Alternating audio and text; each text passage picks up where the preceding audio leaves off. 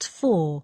You will hear part of a lecture on cube houses in Rotterdam. First, you have some time to look at questions 31 to 40. Now, listen carefully and answer questions 31 to 40. Good morning. In today's lecture, we're going to look at the cube houses, an iconic architectural complex in Rotterdam. First, I'm going to be telling you about the history behind it. As many may know, not much survived the bombing of Rotterdam during World War II, and it took a long while for the city to start the urban regeneration project. Dutch architect Pierre Blom designed Rotterdam's cube houses in the late 70s at the request of the city's planners. He had previously experimented with cubic architecture in the city of Helmond. So, when he was offered this project in the Oudehaven area of the city, he decided to expand upon his original idea. Blom believed that urban communities should live together under an urban roof. He designed the cube houses to recreate daily life in a village where individuals are closely connected and yet have their own separate space. And even after more than 30 years, the cube houses remain one of the city's most eye-catching developments. It's easy to see why. These striking homes are cubes tilted 45 degrees on their side.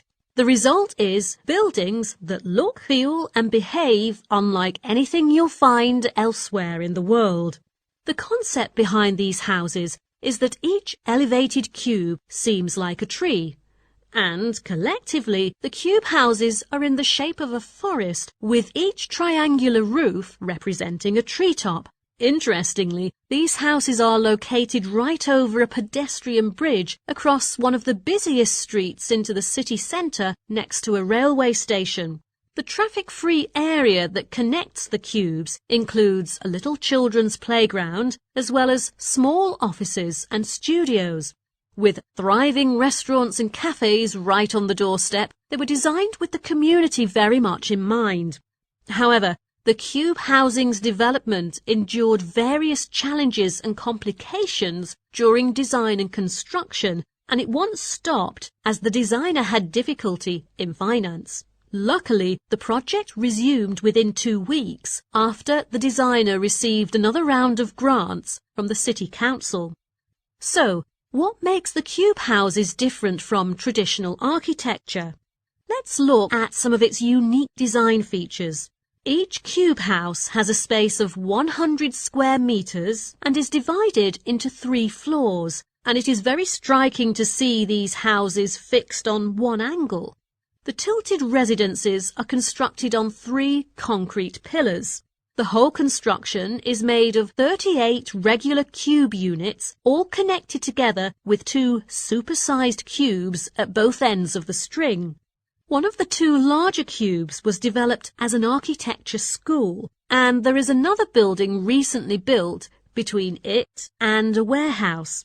Standing at 3 floors tall, their ground floor is the entrance. When you enter a cube house, the first thing to get used to is that all the walls are slanted. You must take a narrow staircase to reach the lower floor. This level and the top level are both triangle-shaped. The lower level contains an open kitchen and a living room. The medium level houses a bathroom and 2 bedrooms, while the top level provides a great view since the apex of the room is a 3-sided pyramid with windows all around. In some cases, the top floor is used as a small rooftop garden. And as you enter the top half of the structure, your initial inclination may well be to mind your head. Now that you know the history and design features behind these odd-looking houses, you might be thinking about how it is to live in them. After curious bystanders kept disturbing the cube house's residents, one shrewd owner opened the Show Cube Museum, which gives visitors the chance to take a tour around a fully furnished cube house. It also highlights some of the everyday challenges that the residents face, such as buying and fitting furniture for a structure without straight walls. In recent years, Rotterdam's cube houses have been joined by another architectural icon just across the square. Rotterdam's Market Hall, the largest indoor market in the Netherlands, is another multi-purpose residential and retail complex that will live long in your memory, as well as helping to fill your belly with tasty treats.